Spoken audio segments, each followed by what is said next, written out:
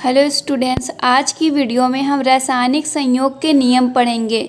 यानी हम उन नियमों को पढ़ेंगे जिसके आधार पे अभिकारक संयोग करके उत्पाद का निर्माण करते हैं। तो यहाँ पे हम देख सकते हैं कि रासायनिक संयोग के 5 नियम हैं।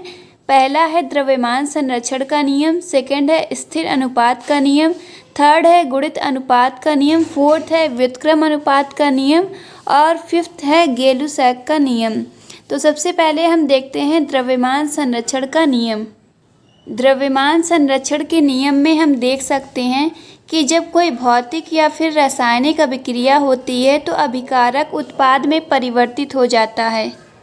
तो हम पाते हैं कि अभिक्रिया के फलस्वरूप प्राप्त उत्पाद का कुल द्रव्यमान जो होता है वो अभिक्रिया में भाग लेने वाले अभिकारक के कुल द्रव्यमान के बराबर होता है। इसी बात को हम परिभाषा के रूप में लिख सकते हैं कि किसी भौतिक या रासायनिक अभिक्रिया में से प्राप्त उत्पाद का कुल द्रव्यमान अभिक्रिया में भाग लेने वाले अभिकारक के कुल द्रव्यमान के बराबर होता है। यही द्रव्यमान संरक्षण का नियम है। इससे संबंधित हम एक उदाहरण देख सकते हैं। तो यहाँ पे हम देख रहे हैं कि कैल्शियम कार्बोनेट को जब उसके 100 ग्राम को गर्म किया जाता है तो ये अपघटित हो जाता है और कैल्शियम ऑक्साइड का हमें 56 ग्राम और कार्बन डाइऑक्साइड का हमें 44 ग्राम प्राप्त होता है।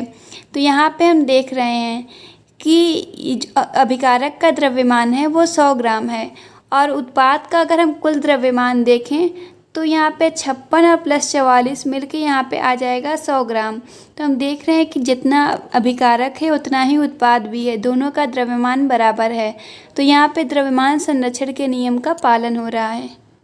या फिर हम इसी नियम को कुछ इस प्रकार से भी लिख सकते हैं कि किसी भी भौतिक या रासायनिक अभिक्रिया में द्रव्य ना तो नष्ट होता है और ना ही उत्पन्न होता है, यद्यपि यह एक रूप से दूसरे रूप में परिवर्तित हो सकता है।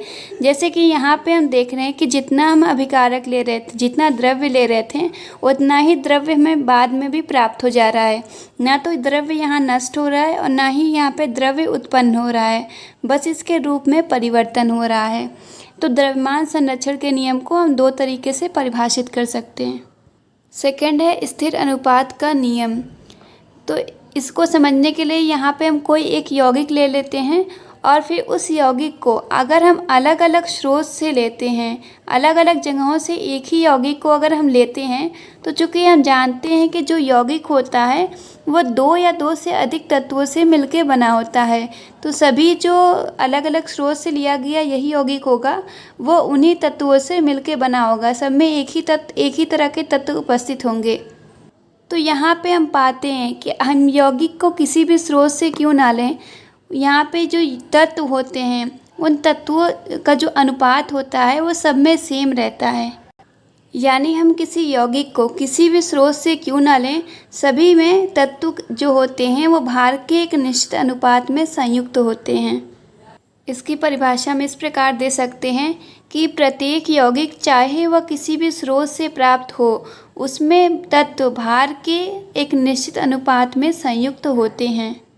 इसके लिए हम एक उदाहरण ले सकते हैं। यदि हम जल को अलग अलग स्रोत से जैसे कि झरने से, समुद्र से और वर्षा से प्राप्त करते हैं तो हम देखते हैं कि इन सभी स्रोतों से प्राप्त जो जल होता है इसमें जो जल में जो तत्व हैं हाइड्रोजन और ऑक्सीजन, तो इन तत्वों का जो अनुपात होता है इन सभी में सेम रहता है। सभी में हम देखते हैं कि 1:8 इनके भार का अनुपात प्राप्त होता है। तो ये हम देख रहे हैं कि कोई यौगिक जो अलग अलग स्रोत से प्राप्त किया जाए उसमें तत्व जो हैं भार के एक निश्चित अनुपात में संयुक्त हैं। तो यानी हम देख रहे हैं कि यहाँ पे भी स्थिर अनुपात के नियम का पालन हो रहा है। अब शेष 3 नियमों को हम अगली वीडियो में पढ़ेंगे।